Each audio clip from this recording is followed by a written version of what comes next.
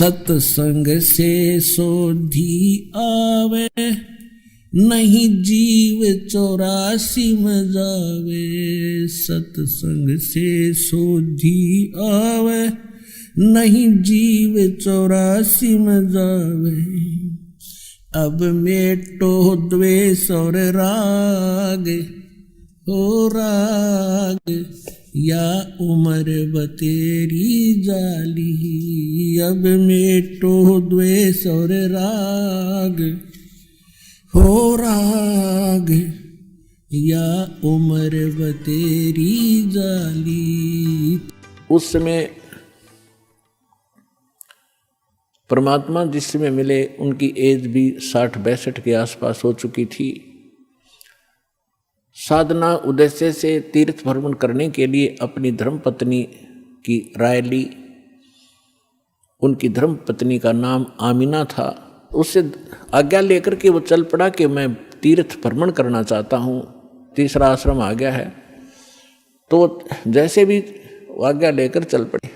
भ्रमण करते करते वो मथुरा के अंदर उस स्थान पर पहुंच के जहाँ पर ये माना जाता था कि यहाँ पर हमारे बाल गोपाल श्री कृष्ण भगवान जब यहाँ रहा करते मथुरा में, इस सरोवर में स्नान किया करते थे। और फिर वहां जाकर के एक गिरिराज बोलते हैं उसको, जिसको भगवान श्री कृष्ण ने उठाया था जब इंद्र देवता स्वर्ग का राजा अपनी पूजा न करने से अक्षुब्ध होकर के व्रज को डुबोना चाहता था अधिक वर्षा करके। तो श्री कृष्ण जी ने उस पहाड़ को उठा के और पूरे ब्रज पर फैला दिया था। वर्षा खूब हुई थी और इंद्र थक गया था वर्षा कर करके, और वो कुछ बिगाड़ नहीं सका ब्रज का। तब उसने अक्षमा याचना की थी। तो उस स्थान पर भ्रमण करके, उस गिरिराज की परिक्रमा करके हम अपना मोक्ष मानते थे। उस सरोवर में स्नान करके हम मोक्ष मानते रहे। इसी उद्देश्य से धर्मदास साहिब जी भटक रहे थे, वहां पहुंच गए।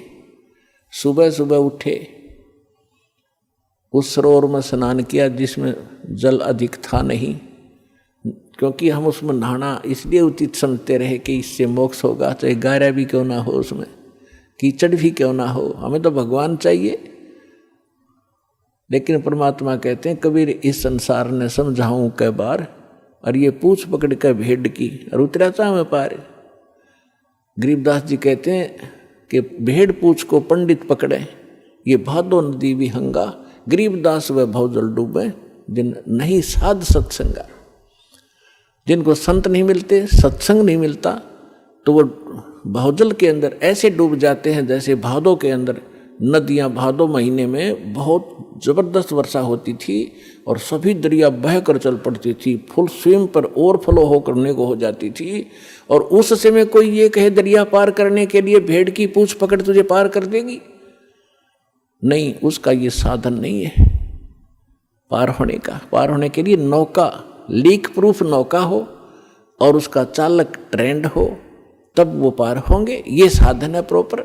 और जो साधनाएं आप कर रहे हो, परमात्मा बताया करते थे कि ये तो भेड़ की पूंछ पकड़ा रखी तुम्हारे कोई नकली गुरुओं ने, तुम्हें डबोएंगी, तुम भौजल में डूब जाओगे, ऐसे चक्रव्यूह में फंस जाओगे, 84 लाख योनियां भोगोगे, तुम्हें समझ में नहीं आएगा। उस तालाब में स्नान करके उसी से जल का लोटा भर के और भगवान की मूर्ति को स्नान कराया। स्नान करा करके नए वस्त्र पहना करके पुराने वस्त्र थैले में डाल दिए, बाद में धोऊंगा। और एक स्थान लीप के वहाँ भगवान की मूर्ति रखी, गाय के गोबर से और मिट्टी मिलाकर लीपते थे, उसे स्वच्छ बनाते थे।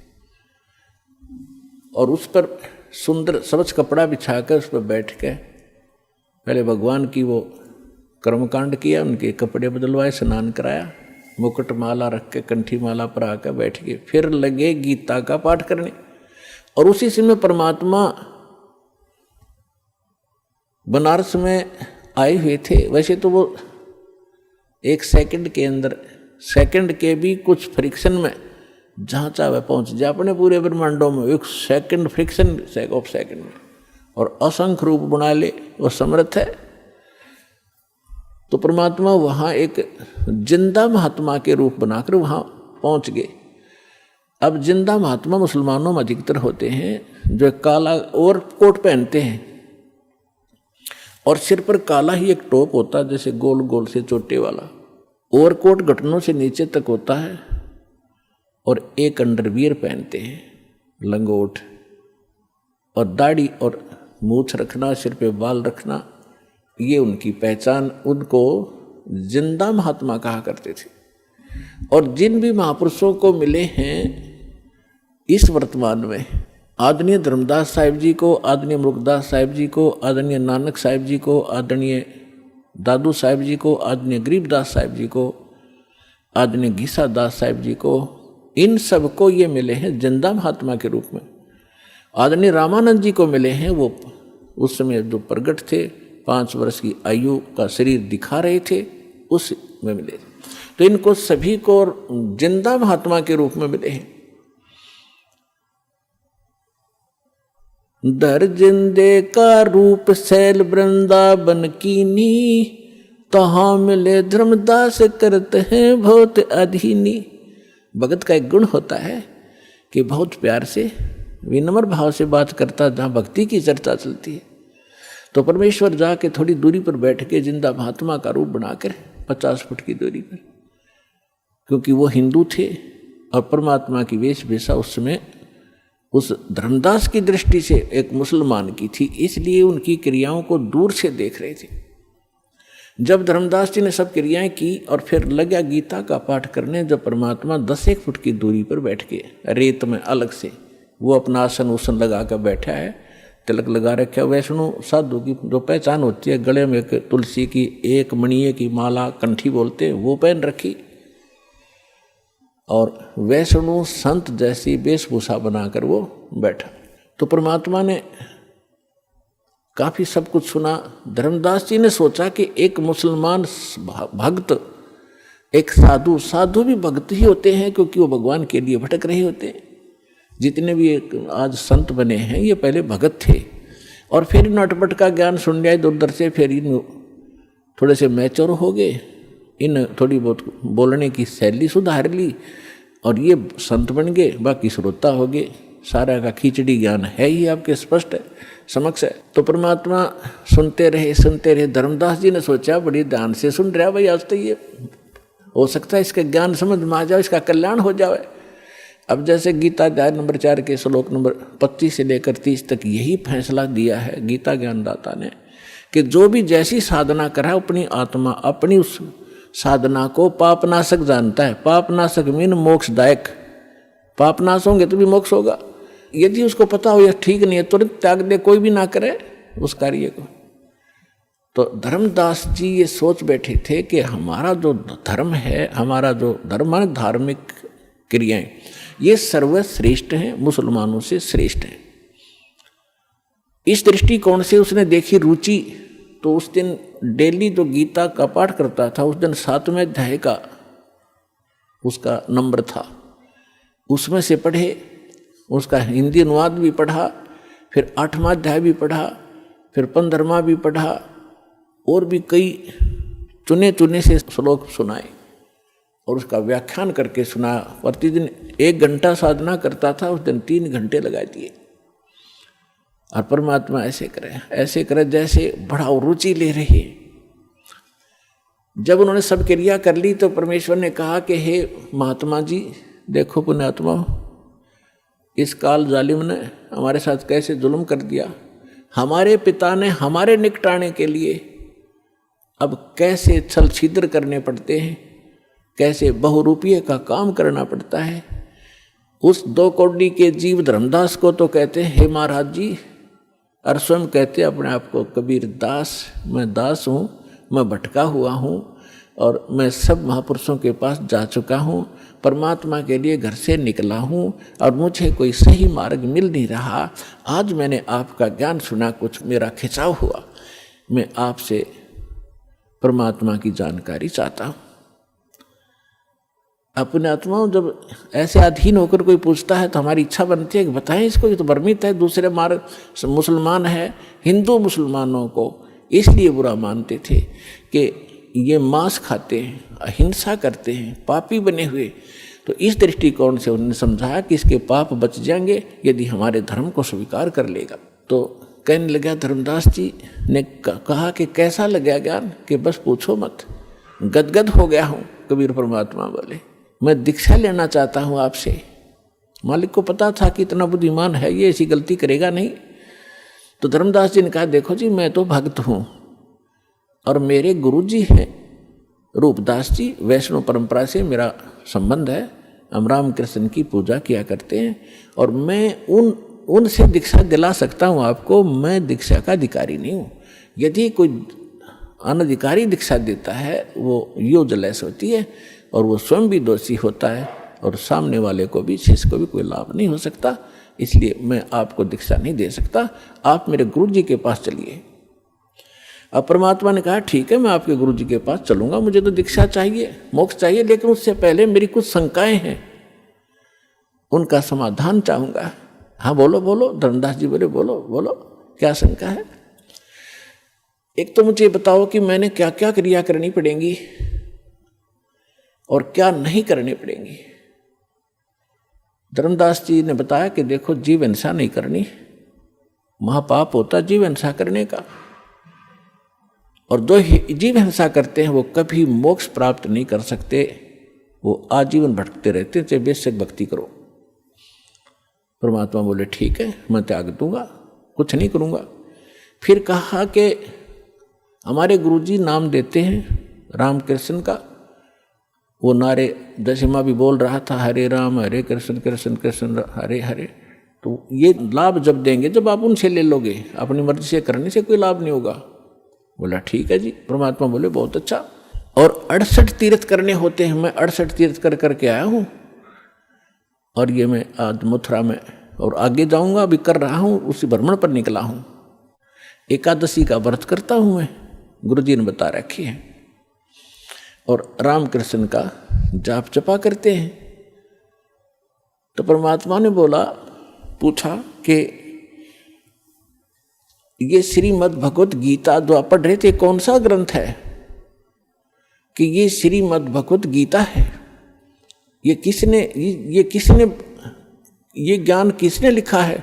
कि भगवान ने खुद बोला है। श्री कृष्ण को भगवान मान रहे थे। बहुत अच्छा, ठीक है। तो भगवान ने, अभी आप पढ़ रहे थे कौन से अध्याय तो मैं बता नहीं पाऊंगा आपको, लेकिन अभी आप कह रहे थे कि उसमें लिखा, अब दास आपको बताएगा जब आप समझोगे। भगवान की उनकी वार्ता एक गोलमोल थी, लेकिन अब प्रमाणित करना पड़ेगा उन्होंने कौन से शब्द बोले थे। गीता अध्याय नंबर 8 के श्लोक नंबर 13 में श्रीमद् भगवत गीता जो आप पढ़ रहे थे उसमें लिखा है, वो आप पढ़ रहे थे कि ओम इति एकाक्षरम ब्रह्म विहारण माम समरण ये परियाति तजन देहम सयाति परमाम गतिम। मुझ ब्रह्म का, गीता बोलने वाला कह रहा है, मुझ ब्रह्म का केवल एक ओम मंत्र है, यही बस, ये एक अक्षर है, और इसका अंतिम सांस तक स्मरण करता हुआ जो शरीर त्याग कर जाता है वो परम गति को प्राप्त होता है। अच्छा, एक बात और पूछूंगा मैं आपसे कि मैं साधना करूंगा, राम और कृष्ण की जो जाप बताएंगे गुरुजी वही करनी पड़ेगी, लेकिन क्या ये इस गीता में लिखे हैं? कि बोला नहीं, ये गीता में नहीं लिखे हैं।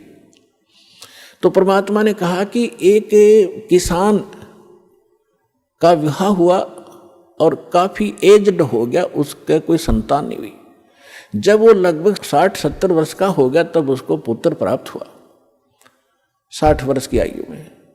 अब उसने सोचा किसान ने कि मैं कभी भी मृत्यु को प्राप्त हो सकता हूँ और मेरे पुत्र को अनुभव है नहीं कृषि का, अभी ये बालक है, इसलिए मैं अपना अनुभव लिख देता हूँ।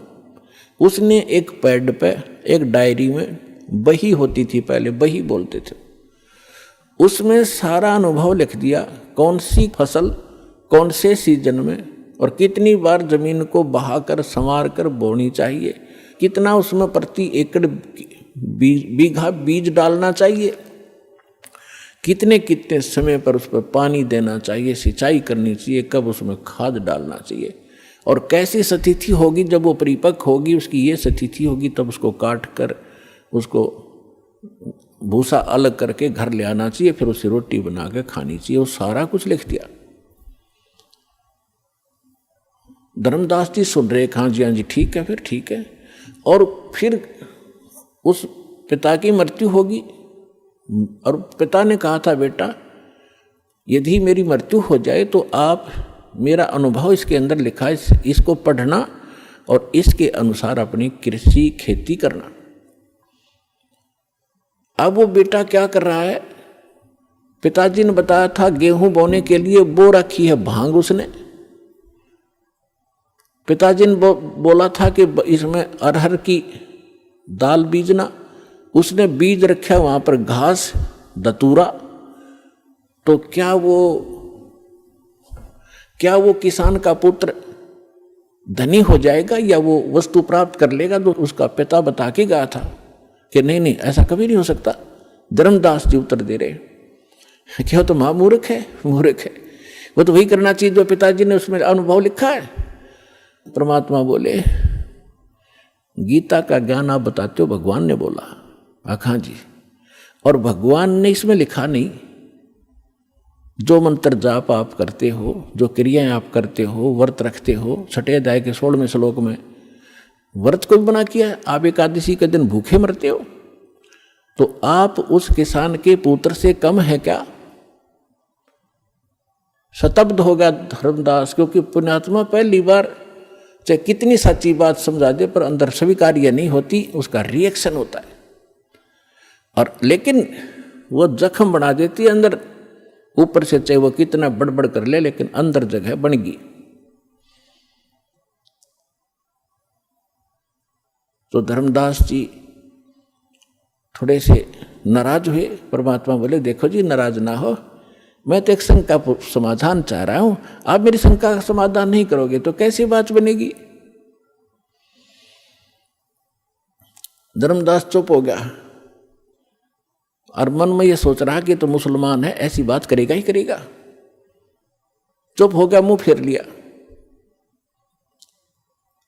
थोड़ी देर फिर परमात्मा ने कहा कि देखो मेरी बात का प्रश्न का उत्तर तो दो, तभी तो मैं मानूंगा, मेरी गलती हो तो क्षमा करो।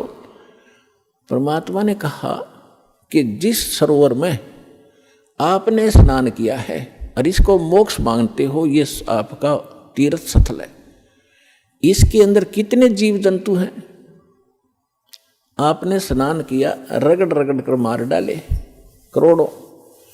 और देखिए लोटा भर के लाया था पानी का, जिससे आपने ये स्थान लीपा है, इसमें कितने जीव जंतु देखो, तेरे इस लोटे में देख ले।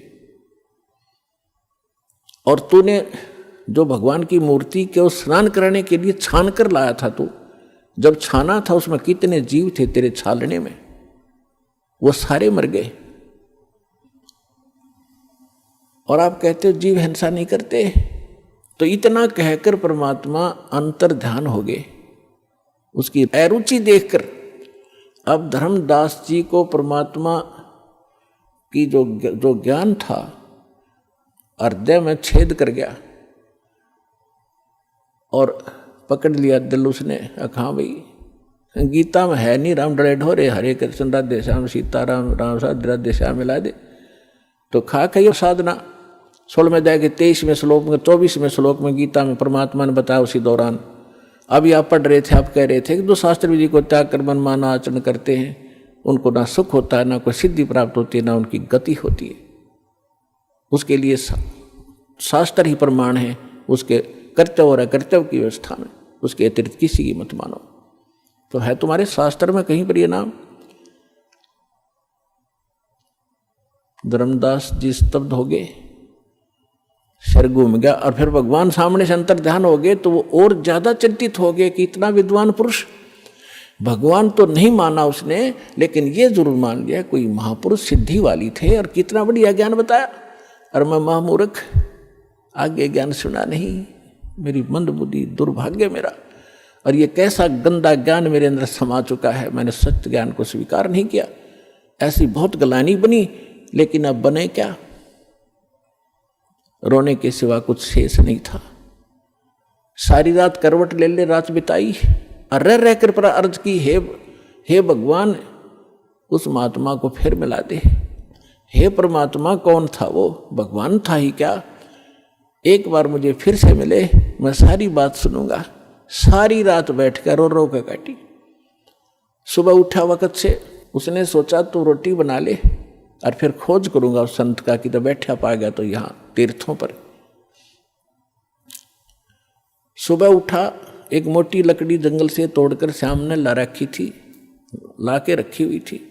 वह मोटी लकड़ी चूल्हे में लगाई, उसके साथ सहयोगी लकड़ी जला करके अग्नि जला दी लगा करके। वह मोटी लकड़ी कुछ गिल्ली सी थी, ज्यादा गिल्ली नहीं थी पर थोड़ी थोड़ी ठीक सी थी, और उसके पिछला हिस्सा जो कटा हुआ था और वो थोड़ी सी थोथी थी, होलो थी, उसके अंदर सुराख था, उसमें चींटियां भरी पड़ी थी। खाना बना रहा था, खाना बनाते बनाते सुबह उठकर वक्त से बनाने लगा तो निकट जब वो लकड़ी आई, उसका लास्ट एंड आया लकड़ी का, तब उसका ध्यान पड़ा। सारी भात बना ली, रोटी बना ली, क्या देखा कि चींटियां अंडे मुंह में लेकर सफेद सफेद और उस लकड़ी से बाहर निकलने का प्रयत्न कर रही है।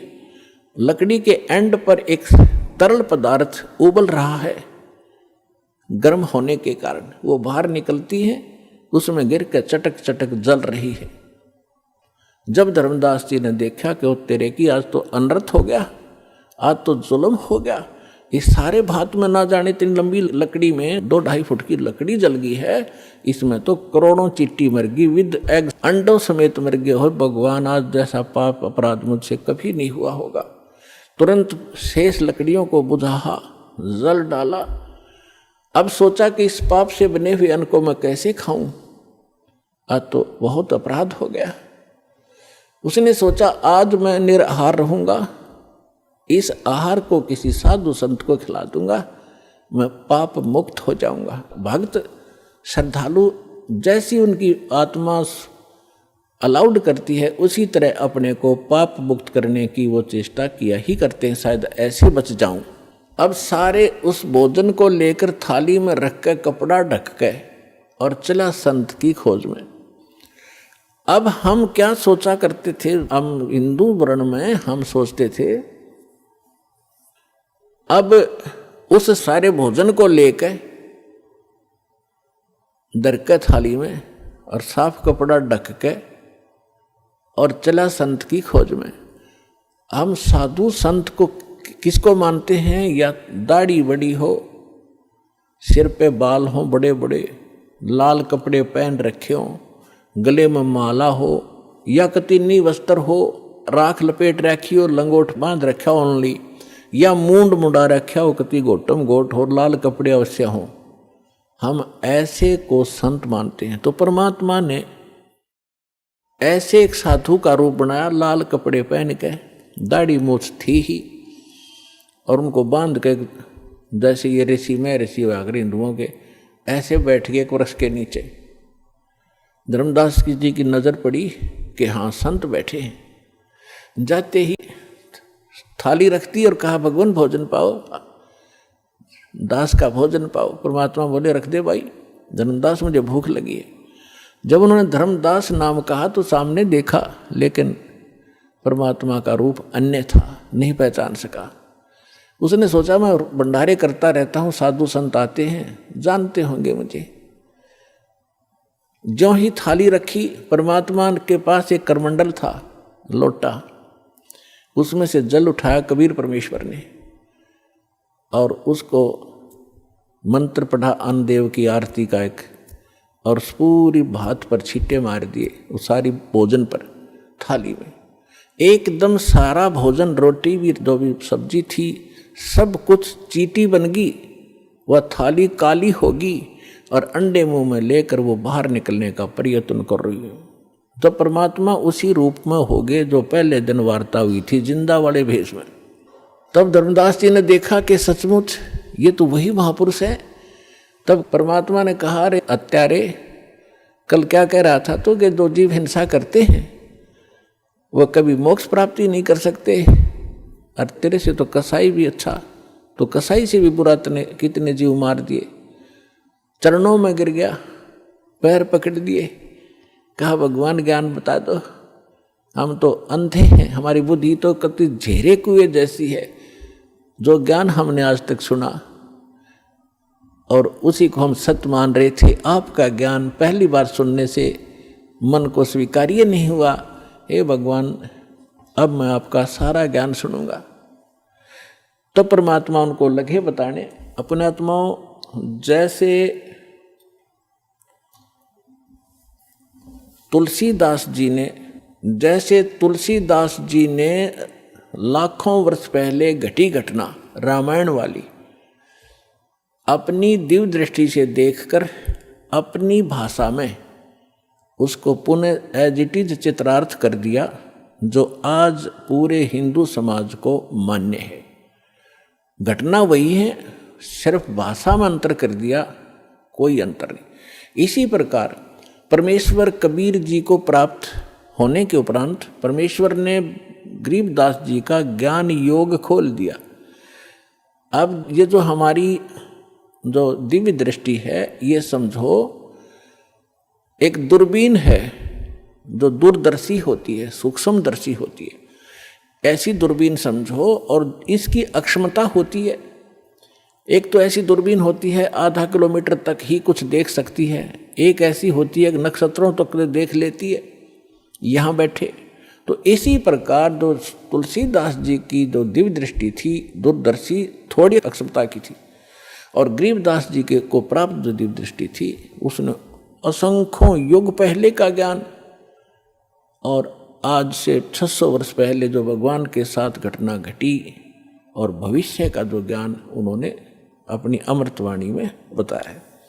तो उसके आधार से आपको थोड़ा सा वर्णन करते हैं, क्योंकि महापुरुषों के मुख से उच्चरित वाणी और इस दास के मुख से आप तक पहुंचेगी तो ये एक असर करेगी न्यारा। जैसे एक तो वचन कहे एक सिंपल मैन कि यहाँ से बरवाला से लेकर जींद तक रोड बना दो, और एक के यहाँ का मुख्यमंत्री जनसाधारण मेरे जैसा से सारा दिन कहें जाओ अधिकारियों ने जाके कि ये वहाँ से वहाँ तक रोड बना दो, कभी नहीं बनेगा। और वो एक बार कहेगा, अगले दिन काम शुरू हो जाता है। इस प्रकार उसके वचन में शक्ति है। इसी प्रकार संत उस परम पिता का नुमाइंदा होता है, प्रतिनिधि होता है, उसके पास परमेश्वर की शक्ति होती है, उसके आदेश से वो काम शीघ्र होता है। दर्जन का रूप शैल वृंदावन कीनी, तहाँ मिले धर्मदास करते हैं बहुत अधीनी। गरीबदास जी अपनी अमृतमयी वाणी में भगवान से प्राप्त उस दिव्य योग से, दिव्य दृष्टि से देखा हुआ एज इट इज बोल रहे और लिखवा रहे। दास उसको सुना रहा है। बहुरंगी वरियाम कामनी कामी सोई, दर सतगुरु का रूप धनी उतरे हैं लोई। ए संसार, गरीबदास जी कह रहे हैं, जिंदा महात्मा का रूप धर के सैल वृंदावन की सैर सपट्टा करने के लिए चले, और तहाँ मिले धर्मदास जो करते हैं बहुत अधीनी, बहुत विनम्र आत्मा के थे। बहुरंगी वरियाम कामनी कामी सोई, बहुरंगी ना जाने किस रूप में कहाँ प्रकट हो जाता है। और दर सतगुरु का रूप धनी उतरे हैं लोई, सतगुरु का रूप बनाकर यानी तत्वदर्शी संत रूप में खुद धनी, खुद मालिक वहां आकर प्रकट हुए थे। बहुरंगी वरियाम कामनी कामी सोई, दर सतगुरु का रूप धनी उतरे हैं लोई। परम उजागर ज्ञान ध्यान बहुरंगी बाना, तहाँ मिले धर्मदास आचार विचार दीवाना। परम उजागर ज्ञान, बहुत ही ओजस्वी वाणी परमात्मा की, तत्व ज्ञान, और वहाँ मिले धर्मदास, जो इस कर्म कांड नकली साधना का दीवाना हो रहा था, हटना नहीं चाहता था। परमात्मा ने पूछा, अहे पुण्यात्माओं, पता नहीं आपका यह बालकपन कब खत्म होगा, या काल की भांग तुमने झूठे सुख की पी रखी है कद उतरेगी। आप यहाँ एक कहर भोग रहे हो, चाहे राष्ट्रपति है किसी भी देश का, जीव का जीवन है ये। आज प्रधानमंत्री है, कल मृत्यु हो गया, गधा बन गया, तो खाक सुख है ये। झूठे सुख को सुख का है ये मान रहा मनमोद, ये सकल चबीना काल का, कुछ मुख में कुछ कोद। परमात्मा इतने खाड़े कर रखे हैं आपके लिए, अपने बच्चों को दृढ़ भक्तों को मिलते हैं, उनसे उनको अपना गवाह बनाते हैं, फिर वो भी आपको क्या बता रहे। तो क्या कहते हैं, हाथ जोड़ कर भगवान बैठे एक दो कोडी मारे जैसे नीच के सामने। थोड़ा सा धन पा के फूल गया, फिर भी आत्मा में जगह है, वो डलेड हो रहा है, शास्त्र साधना कर रहा है, और स्वयं एक वैष्णव संत की वेशभूषा बना रखी थी, तो सबसे उत्तम मान रहा था अपने आप को। तो हाथ जोड़कर कहते हैं, कौन तुम्हारी जात, परमात्मा पूछते हैं उससे धर्मदास जी से, कौन तुम्हारी जात कहाँ से आए स्वामी। हे मालिक, स्वामी जी भगवान कह रहे हैं, आप कहाँ से आए हो, आपकी क्या जाति है। कौन तुम्हारी जाति कहाँ से आए स्वामी, पूछे पुरुष कबीर धनी साहेब निकामी। पूछे पुरुष कबीर, पुरुष माने परमात्मा, परमात्मा कबीर वो कुल का मालिक, कुल धनी साहेब, निष्काम भाव से निस्वार्थ भाव से परमार्थ के लिए अपने उस आत्मा के अज्ञान को हटाने के लिए ये फार्मूला अडॉप्ट किया। कौन तुम्हारी जात कहाँ से आए स्वामी, पूछे पुरुष कबीर धनी साहेब निकामी। अब क्या बताते हैं धर्मदास जी, हम वैष्णव बैरागी धर्म में सदा रहाही, सुधर न बैठे संग कल्प ऐसी मनमाही। कि मैंने तो है ना वैष्णव धर्म से दीक्षित हूँ मैं, और वैष्णव धर्म मेरा है, और मैं शूद्र के साथ निकट नहीं रहते, शूद्र के निकट नहीं रखते हम, यानी स्वच्छ रहते हम सर्वोत्तम हैं। अब क्या कहते हैं, सोन जिंदाम में ज्ञान को अधिक आचार विचार, हमरी करनी जो करे वो उतरे भव जल पार। धर्मदास जी कहते हैं, हम जो साधना कर रहे हैं ना, इसको जो कर लेगा उसका बेड़ा पार हो जाएगा, भवसागर से पार हो जाएगा। तो परमात्मा ने फिर प्रसन्न किया, बोले धनी कबीर सुनो वैष्णो बैरागी, कौन तुम्हारा नाम गाम कहिए बड़बागी। कौन कोम कुल जात कहाँ को गवन किया है, कौन तुम्हारी रेस किन्हें तुम नाम दिया है। आपका गुरु कौन है, कौन तुम्हारा ज्ञान ध्यान सुमरण है भाई, कौन पुरुष की सेव कहाँ समाधि लगाई। तुम किस भगवान की सेव माने पूजा करते हो, किस पुरुष की, और कहाँ समाधि लगाते हो। को आसन को गुफा के भ्रम मत रहो सदाई, सालिग सेवन कीन बहुत अति भार उठाई। आपका कोई स्थान ठिकाना है, आश्रम है, कोई गुफा है, या कहीं, या ऐसे रमते राम घूमते फिरते ही रहते हो, और आपने ये सालिग्राम वगैरह ले रखे हैं, बड़ा भार उठा रखा है। झोली झंडा दीप धूप तुम अधिक आचारी, बोले धनी कबीर भेद कईयो ब्रह्मचारी। हमको पार लंघाइयो परम उजागर रूप, जिंद कहे धर्मदास से तुम हो मुक्ति स्वरूप।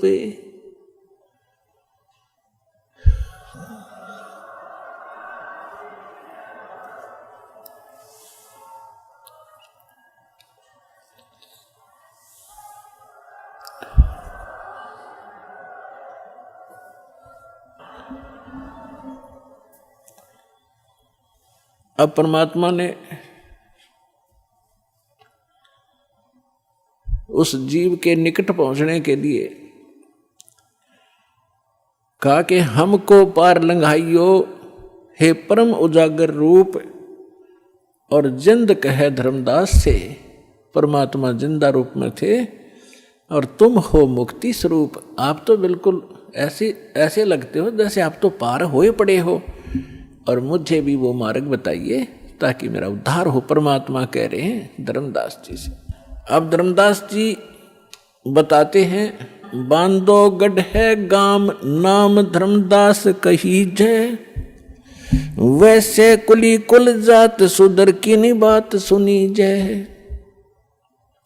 बांधवगढ़ मेरा गांव है, नाम मेरा धर्मदास है, और वैश्य कुल में मेरा जन्म है। हम शूद्र को निकट भी नहीं आने देते, हम इतने स्वच्छ हैं। सरगुण ज्ञान स्वरूप ध्यान सालग की सेवा, मल्याग्र छिड़कंत संत सब पूजे देवा। 68 तीर्थ नान ध्यान कर कर हम आए, पूजे सालग राम तिलक गलमाल चढ़ाए। धूप दीप अधिकार आरती करें हमेशा, राम कृष्ण का जा परटत हैं शंकर शेषा। धर्मदास जी बता रहे हम ये साधना करते हैं। नेम धर्म से नेह सने दुनिया से नाही, आरूढ़ बैराग और की मानू नाही। धर्मदास जी कह रहे हैं मुझे शिक्षा देने की आवश्यकता नहीं किसी ने, मैं बिल्कुल फाइनल हो चुका हूँ, मेरा ज्ञान अटल है, मैं सही साधना कर रहा हूँ, मैं किसी और की मानू नहीं, मेरा आरूढ़ बैराग है।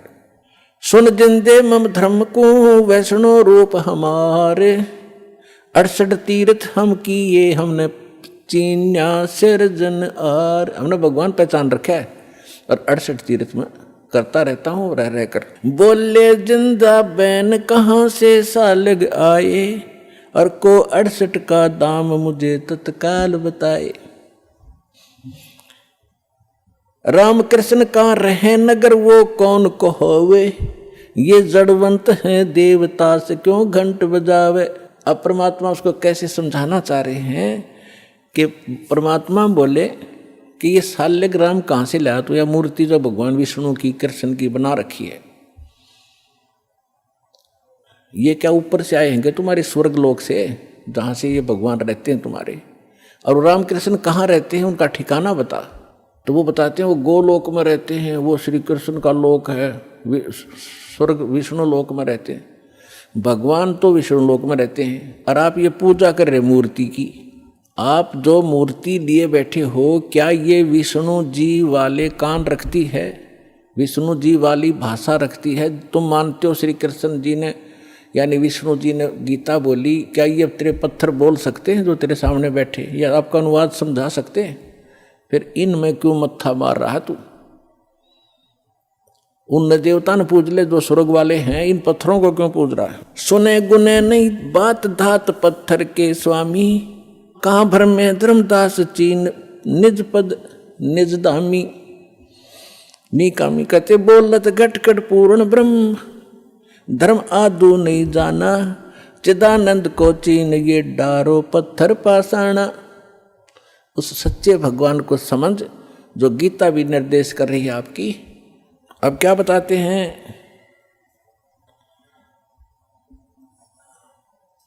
बोलत घट घट पूर्ण ब्रह्म, धर्म आदू नहीं जाना। तूने परमात्मा को नहीं समझा दो। और चिदानंद को चीन डार पत्थर पाषाण, वो सचिदानंद घन ब्रह्म को पहचान, इन पत्थर और इन पाषाण को पटक दे। जैसे गीता अध्याय नंबर 18 के श्लोक नंबर 62 में कहा कि अर्जुन तू सर्वभाव से उस परमेश्वर की शरण में जा, उसकी कृपा से तो परम शांति को और सनातन परम धाम को प्राप्त होगा। तो आप मान लो श्री कृष्ण गीता बोल रहा है तो वो तो खुद कह रहा है विष्णु तो कि कोई और है भगवान, उसकी शरण में जाइए। गीता अध्याय नंबर 7 के श्लोक नंबर 29 में गीता ज्ञानदाता कहता है कि जो मेरे ज्ञान का आश्रय कर लेता है और तत्वदर्शी संत की खोज कर लेता है, फिर वो तत्व ज्ञान को प्राप्त प्राणी वो तत्ब्रह्म की पूजा करता है। जो प्राणी जरा और मरण से मोक्ष छुटकारा पाने के लिए, जरा माने वृद्ध अवस्था का कहर, बुढ़ापे का दुख और मृत्यु दुख, दो कहर जीव पर यहाँ पर प्रत्यक्ष टूटते हैं। कहते हैं जिनको ये ज्ञान हो गया, इस संसार की यहाँ की इस नकली लोक की कोई इच्छा नहीं रखते वो व्यक्ति, तत्व ज्ञान प्राप्त प्राणी। वो केवल जरा और मरण से छूटने का जो प्रयत्न कर रहे हैं वो तत्ब्रह्म से परिचित हैं और सारे अध्यात्म ज्ञान से परिचित हैं, सब कर्मों से परिचित हैं। वो तत्ब्रह्म 8वें अध्याय के प्रथम मंत्र में गीता ज्ञानदाता से अर्जुन ने पूछा कि वो किम तत्ब्रह्म, वो ऐसा तत्ब्रह्म कौन है, क्या है जिसको जानने के बाद लोग यहाँ की इच्छा कुछ नहीं रखते और केवल अपने इस कैर से छूटने का, जन्म मृत्यु के दुख को और बुढ़ापे के दुख से बचने का, छूटने का प्रयत्न करते हैं, यानी पूर्ण मोक्ष की ही वो चाह रखते हैं। वो किम तत्ब्रह्म 8वें अध्याय के प्रथम मंत्र में गीता ज्ञानदाता से अर्जुन ने पूछा। गीता ज्ञानदाता ने 8वें अध्याय के 13वें श्लोक में कहा कि वो परम अक्षर ब्रह्म है। वो तो गीता ज्ञानदाता से अन्य है। गीता अध्याय नंबर 15 के श्लोक 1 से 4 और गीता अध्याय नंबर 15 के 16-17 श्लोक में स्पष्ट किया है, इन सभी प्रभुओं की जानकारी दी है। अक्षर पुरुष एक पेड़ है, सरपुरुष वा की डार, तीनों देवा, रजगुण ब्रह्मा, सतगुण विष्णु, तम गुण शिव जी, ये शाखा है, पात रूप संसार। और मूल कौन है? वो परम अक्षर ब्रह्म है। गीता अध्याय नंबर 15 के श्लोक नंबर 16 और 17 में कहा है कि सरपुरुष और अक्षर पुरुष दो पुरुष हैं, दो प्रभु हैं और इनके अंतर्गत जितने प्राणी हैं और ये स्वयं भी नाशवान हैं, इनकी जन्म मृत्यु होती है, लेकिन जीव आत्मा किसी की नहीं मरती। इसलिए 15वें अध्याय के 17वें श्लोक में कहा है, उत्तम पुरुष तु अन्य परमात्मा इति उदाहरते, इनसे अन्य है वो श्रेष्ठ भगवान, वो तीनों लोकों में प्रवेश करके सबका धारण पोषण करता है और वो है अविनाशी भगवान। तो परमात्मा ने कहा कि आपका गीता ज्ञानदाता कहता है 15वें अध्याय के 4थे श्लोक में कि अर्जुन, उस तत्व ज्ञान की प्राप्ति के उपरांत परमेश्वर के उस परम पद की खोज करनी चाहिए जहां जाने के बाद साधक फिर लौटकर कभी संसार में नहीं आते। और जिस परमेश्वर ने संसार रूपी वृक्ष की रचना की है, सारे ब्रह्मांडों की रचना की है, और अपने विषय में खुद कहता है दूसरे अध्याय के 12वें श्लोक में, चौथे अध्याय के 5वें और 9वें श्लोक में और 10वें अध्याय के दूसरे श्लोक में कि अर्जुन तेरे और मेरे बहुत जन्म हो चुके हैं, तू नहीं जानता मैं जानता हूँ। तो वो तो नाशवान है, वो किसी अविनाशी परमात्मा की शरण में जाने और उस स्थान को प्राप्त करने के लिए कह रहा है जहाँ जाने के बाद साधक कभी जन्म मृत्यु में नहीं आते। वो कौन है? राम कृष्ण कोटो गए धनी एक का एक, ये तेरे राम कृष्ण करोड़ों मर लिए और वो धनी, वो कुल मालिक अपनी महिमा पर बता रहे, वो धनी एक का एक। जिंद कहे धर्मदास से तुम बूझो ज्ञान विवेक, जिंदा रूप में परमात्मा बैठे धर्मदास जी से कह रहे हैं कुछ विवेक से ज्ञान पूछ मेरे ते। ये केवल एक रूढ़िवादी की तरह आरूढ़ ना हो इस गलत साधना और ज्ञान पर। अब क्या कहते हैं? बोलत है धर्मदास सुनो जिंदे मम बानी। देख कितनी बुद्धि खराब हमारी। क्या कहता है धर्मदास जी के? बोलत है धर्मदास सुनो जिंदे मम बाणी, मेरी वाणी सुनो, वचन। कौन तुम्हारी जात कहाँ से आए प्राणी। भगवान तो धर्मदास जी को स्वामी जी कह रहे हैं और धर्मदास जी परमात्मा को कह रहा है ए जीव तू कहाँ से आया, तेरी क्या जाति है। बोले जिंद कबीर सुनो बाणी धर्मदासा, हम खालिक हम खलक सकल हमरा प्रकाशा। साफ कह दिया मैं मालिक और यह सारी सृष्टि मैंने रची है और ये सब मेरा ही प्रकाश, मेरी ही कृपा से ये सब कुछ चल रहा है। हम रचे सब पाषाण नदी सब खेल हमारा, अचराचर चौखान बनी विधि 18-12। हम सृष्टि संजोग विजोग की हो बो भांति, हम ही आद अनादि हैं, हम हैं अवगत के नाती। हम साहेब सतपुरुष हैं, ओए होए, हम साहेब सतपुरुष हैं, ये सब रूप हमारे। जिंद कहे धर्मदास से हम पूर्ण करतारे। अब एक बाबा के रूप में विराजमान और वो बैठा बनियान साधु संत वैष्णव और ऊंच जाति का धनवान, बता कैसे ठिकाना बुद्धि हो। काल ने ऐसी हवा भर दी हमारे अंदर। अब पहले ये पंचर किया जाएगा आपके अंदर जो गलत हवा भरी हुई है, गलत ज्ञान भरा हुआ है, फिर नए सिरे तो वो हवा निकाल लेंगे और फिर ऐसी भर देंगे सदा के लिए, ऐसे टायर दे देंगे कभी पंचर ना हुआ। अब जब परमात्मा ने ये कहा हम साहेब सत्य पुरुष हैं, ये सब रचना हमारे, जिंद कहे धर्मदास से हम पूर्ण करतारे। अब धर्मदास जी क्या कहते हैं, बोलत हैं धर्मदास सुनो सर्वंगी देवा, दिखत पिंड और प्राण कहो तुम अलख अबेवा। आपके सारा शरीर दिखाई देता है, आप बोल रहे हो और आप कहते हो मैं विधेय हूं। अब पुणात्माओं, यहाँ ये नकली कबीरपंथी उलझे बैठे। विधेय किसे कहते हैं? विधेय जिसका देह ना हो। एक तो देह हमारी मिट्टी की और परमात्मा की देह वो एक तत्व की। तो विधेय का अर्थ है जिसकी विलक्षण देही हो। तो कहते हैं परमात्मा बोले, बोलत है धर्मदास सुनो सर्वंगी देवा, दिखत पिंड और प्राण कहो तुम अलख अबेवा। नाद बिंद की दे शरीर है प्राण तुम्हारे, और तुम बोलत बड़ बात नहीं आवत दिल हमारे।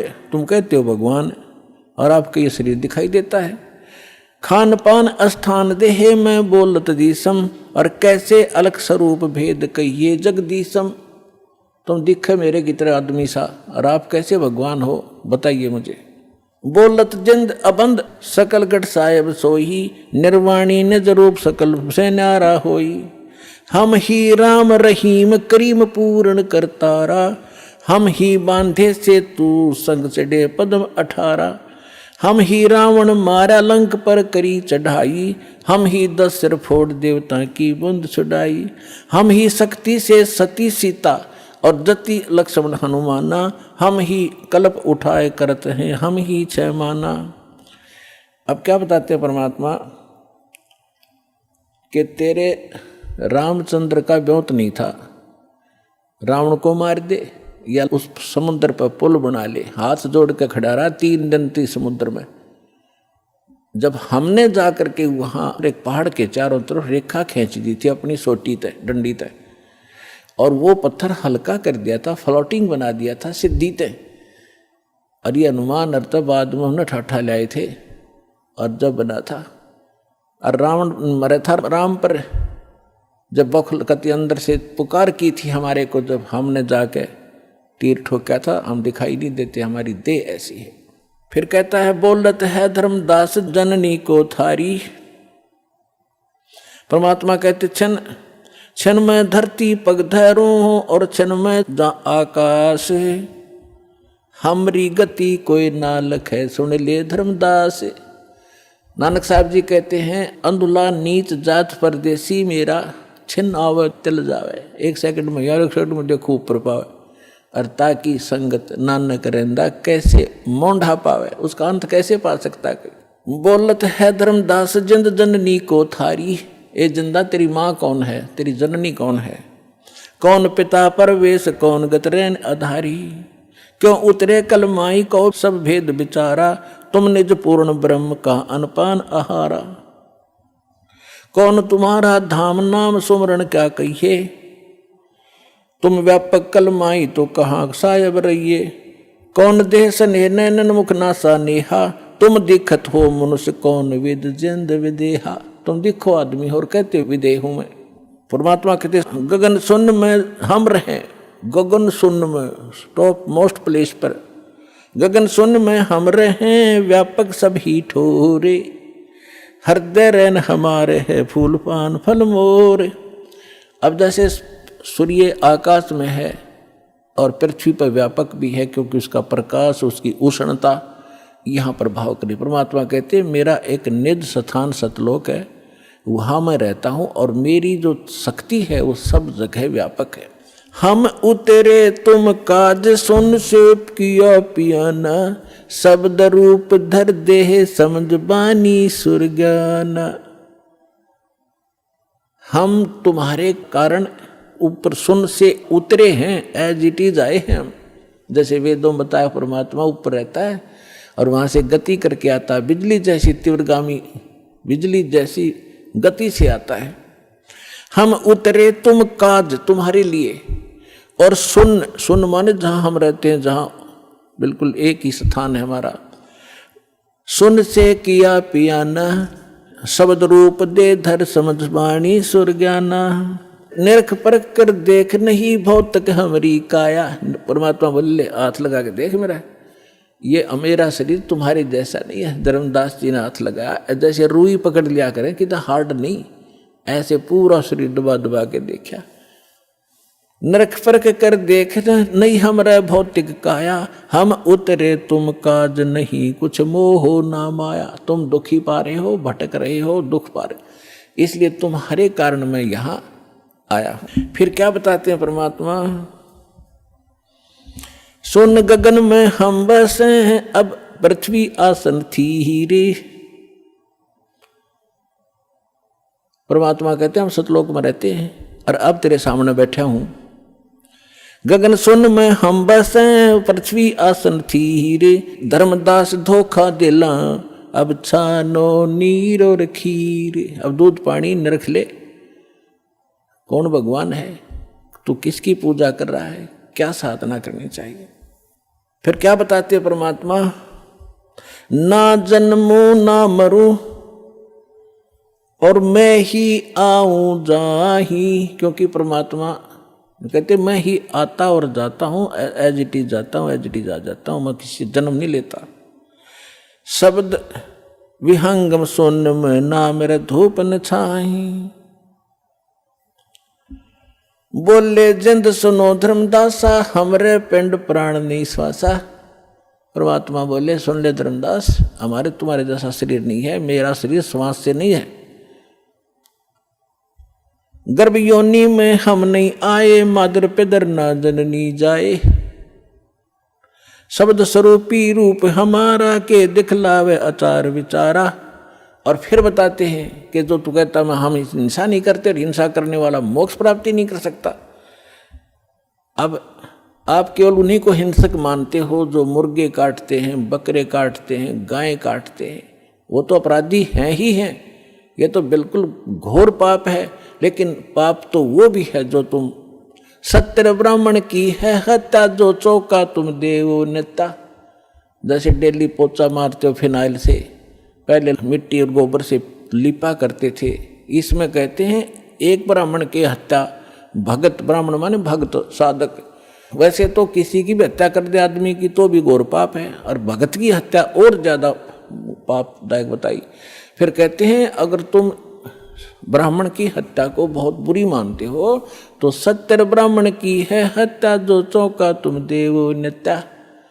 जो तुम रोज चौका लीपते हो ना और फिर रोटी खाना बनाते हो, इतना पाप इकट्ठा हो जाता जैसे 70 ब्राह्मण मार दियो।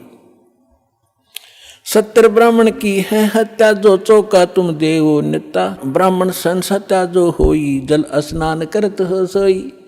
जिस जोड़ में, जिस तालाब में तू नहा के निकला है और जिसमें जीव जंतु पड़े हैं, जैसे नहाते समय तूने रगड़ रगड़ कर मार डाले। कहते हैं 1000 ब्राह्मण की हत्या कर दी, इतना पाप तेरे कोई सरोवर में, इस तीर्थ में स्नान करने से लगा।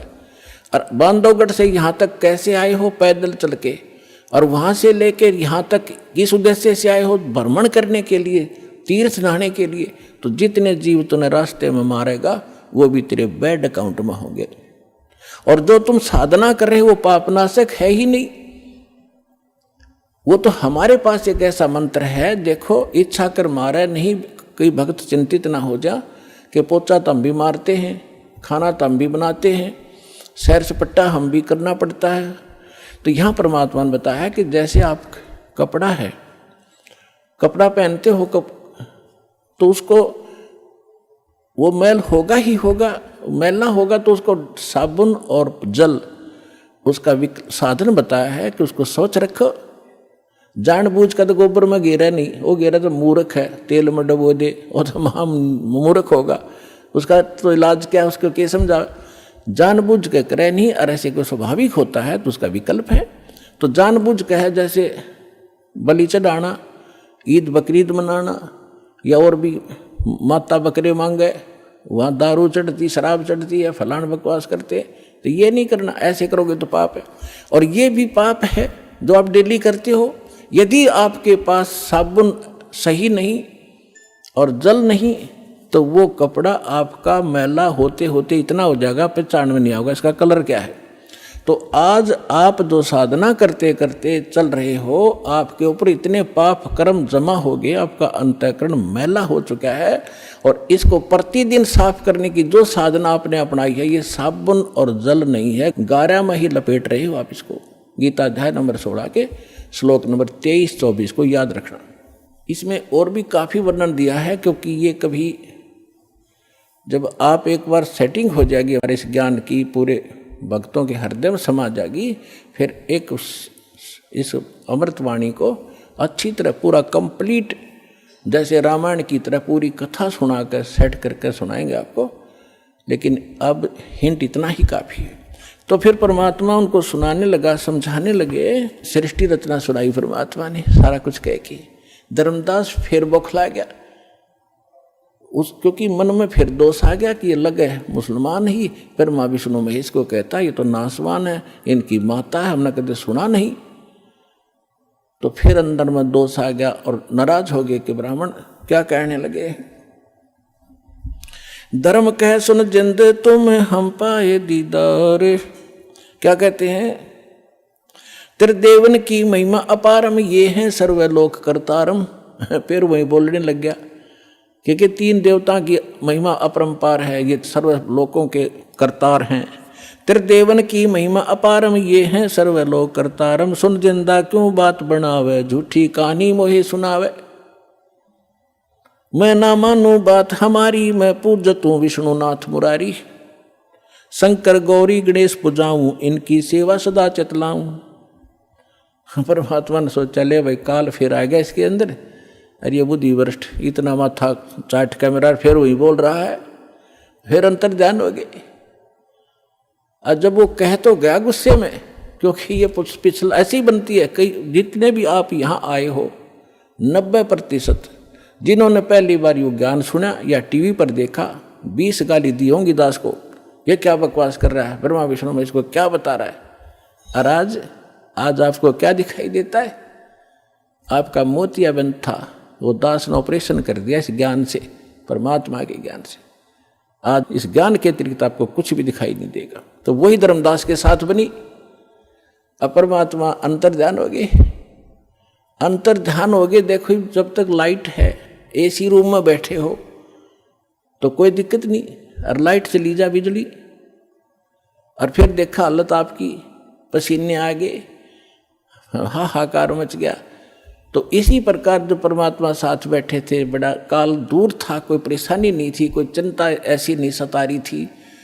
और जब भगवान वहाँ से हटे तो यह चिंता कि ऐसा ज्ञान अरब युग कभी नहीं आवे, क्यों दूसरी बार मैंने धिक्कार दिया तो बुरा हाल हो गया। तावारोवत धर्मनि नागर, कहाँ गए मेरे सुख के सागर। अति वियोग हुआ हमसे ती, जैसे निर्धन की लुट जा खेती। हम जाने तुम दे स्वरूपा, हमारी बुद्धि अंधगर गुपा। हमने तो आपको मनुष्य मान लिया हमारे जैसा, और हमारी बुद्धि तो अंधे झेरे कुएं जैसी है। भगवान हम कैसे उठ सकते हैं ऊपर को। हम तो मानुष रूप तुम जाना, सुन परमेश्वर का किया पियाना। हमने तो आपको अपने जैसा मनुष्य मान लिया। ये भगवान आप चले कहाँ गए, मुझे ये बता दो। बेग मिलो कर हूँ अपघाता, मैं ना जीवूं सुनो विधाता। या तो जल्दी दर्शन दे दो, नहीं आत्महत्या करूंगा, मैं रह नहीं सकता। ऐसा ज्ञान सुना दिया, या पूजा कर नहीं सकता, आगे मार्ग मिला नहीं।